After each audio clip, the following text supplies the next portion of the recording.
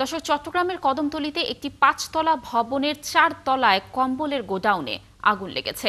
আগুন নিয়ন্ত্রণে এই মুহূর্তে কাজ করছে ফায়ার সার্ভিসের ৭টি ইউনিট। সেখানে রয়েছেন আমাদের সহকর্মী প্রণবেশ চক্রবর্তী। আমরা যুক্ত হচ্ছি প্রণবেশের সাথে। প্রণবেশ, কম্বলের গোডাউনে আগুন লেগেছে, আগুনের ক্ষয়ক্ষতির কোনো তথ্য পেয়েছেন কিনা জানবো। ফায়ার সার্ভিসের ৭টি ইউনিট রয়েছে, কি বলছেন তারা, আগুন কতটুকু নিয়ন্ত্রণে আসলো এবং আগুন আসলে কিভাবে আগুনের এই সূত্রপাত হলো জানতে পেরেছেন কিনা জানাবেন আমাদেরকে সর্বশেষ পরিস্থিতি।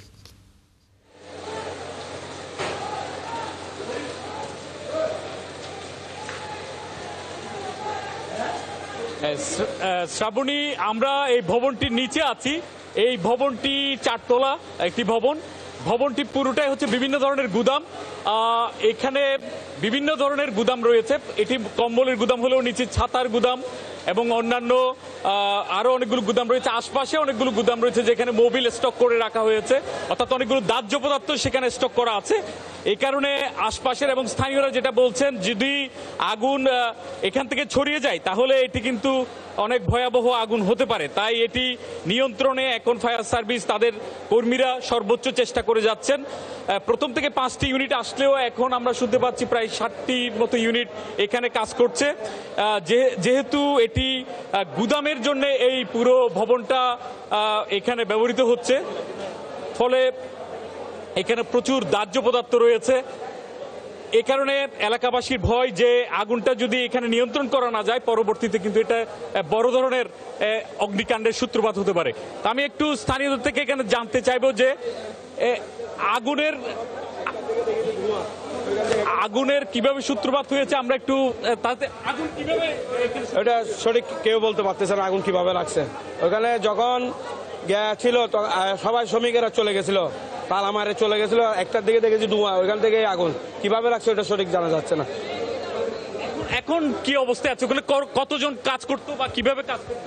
60-70 জন কাজ করতো এখানে। বের হতে পেরেছে? সবাই বেরিয়ে গেছে, লাঞ্চে সবাই বেরিয়ে গেছে।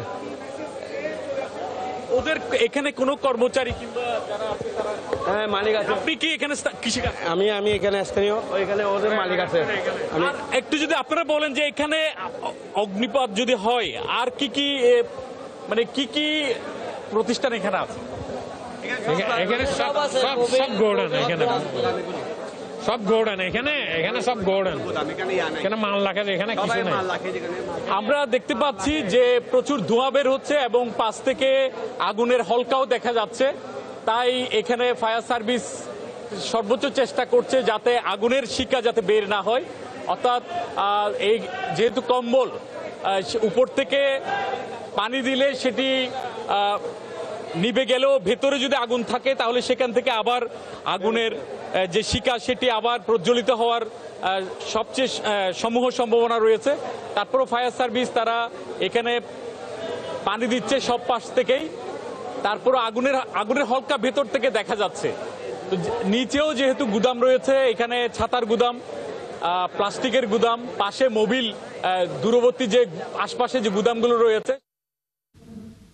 প্রণবেশ, ধন্যবাদ আমাদের সাথে যুক্ত থাকার জন্য। আপনি থাকুন সেখানে, নিশ্চয়ই আমরা এই দুর্ঘটনার আরো তথ্য পরবর্তীতে যুক্ত হয়ে আপনার মাধ্যমে দর্শকদেরকে জানাতে পারবো। দর্শক, যেমনটি বলছিলাম যে চট্টগ্রামের কদমতলীতে ৪ তলায় একটি কম্বলের গোডাউনে আগুন লেগেছে, সেখানকার সর্বশেষ পরিস্থিতি আপনাদেরকে জানানোর চেষ্টা করছিলাম।